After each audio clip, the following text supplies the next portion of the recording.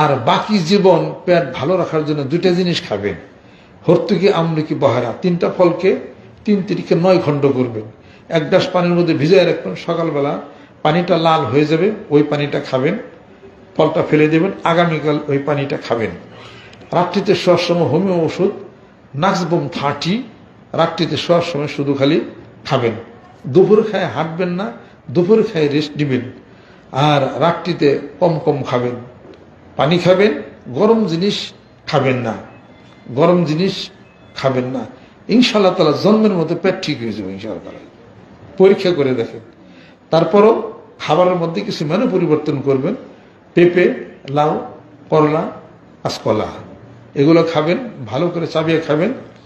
ভাতটা নেবেন, হাত দিয়ে টিবেটে ভাতটা নরম করবেন। আল্লাহ দাঁত দিছে কেন? 10 চাবানিতে ভাত খাবেন, 10 বার চাবাইবেন ভাতকে, পরে গিলবেন। আপনার তো মুখে নিয়ে গিলা ফেলান, তাই না? পেটের অনেক কষ্ট দিতেছেন, পেট ওপেন আপনার কষ্ট দিব। আস্তাগফিরুল্লাহ, আস্তাগফিরুল্লাহ, আস্তাগফিরুল্লাহ। কোরআন শরীফ যারা তেলাওয়াত করে, আল্লাহ পাক তাদের রোগের শিফা আল্লাহ পাক তাদেরকে প্রদান করেন।